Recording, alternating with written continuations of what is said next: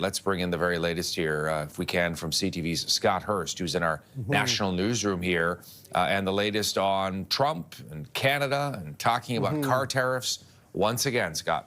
Todd, you laid out the tariffs we are currently facing, and so the threat never went away in this ongoing trade war. Industries are feeling it right now, but with these latest comments, it seems like here we go again, as Donald Trump somewhat had toned down the rhetoric attacking our sovereignty over the past few days and weeks as we've continued on the election campaign, even though dealing with Donald Trump has been and continues to be one of the key focuses of the election campaign. So these latest comments are really a late-inning curveball into our election, as, of course, we are just days away from Canadians getting their chance to vote. And Trump repeating his 51st state rhetoric and threatening to raise auto tariffs, as you heard him say, also saying Canada would cease to exist as a country if the U.S. stopped buying its goods. And Trump saying again that the U.S.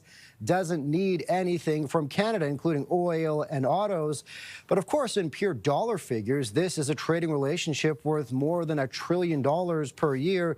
And really, there's more than $3.6 billion worth of goods that go back and forth across the border every day. And specifically when it comes to the auto sector, Todd, as we know, this is a sector that is highly integrated between Canada and the U.S. Plants on either side of the country with parts that could go back and forth multiple times. And so when Donald Trump says we don't need anything or we don't need cars from Canada, that's ultimately something that is quite different from the reality, because there is so much integration between the two countries as Donald Trump continues to go back to the rhetoric of threatening our sovereignty and threatening an escalating trade war, as we are, of course, getting down to the final few days, the home stretch of our election campaign. It's interesting, too, Scott, when you stop to think about it, that this election campaign is almost, ending the way it started, with these threats from Donald Trump, trying to make sense, heads or tails, of what exactly the president is trying to do here.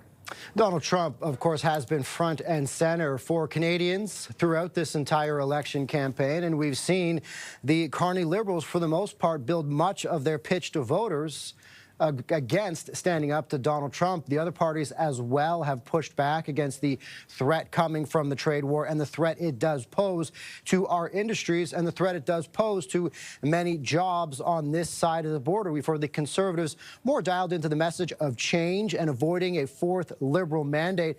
But between the Liberals and Conservatives, of course, in recent polling, we've seen that this is ultimately coming down to a two-party race. So despite the comments about increasing auto tariffs, Trump did clarify he's not currently considering additional auto levies, but didn't rule it out in the future, as he went on to say, of course, repeating those comments of wanting Canada to become the 51st state and ultimately threatening our sovereignty. So it'll be interesting over the final few days as we get through this weekend. Of course, voting day is Monday, how these comments will continue to play out on the election trail, as, of course, dealing with the threat of this ongoing trade war has been and will continue to be front and center, as we still do face a whole host of tariffs. And once again, Donald Trump threatening escalating tariffs or even more tariffs on more industries, Todd. CTV's Scott Hurst helping us make sense of it all. Thanks, Scott. Thanks, Todd.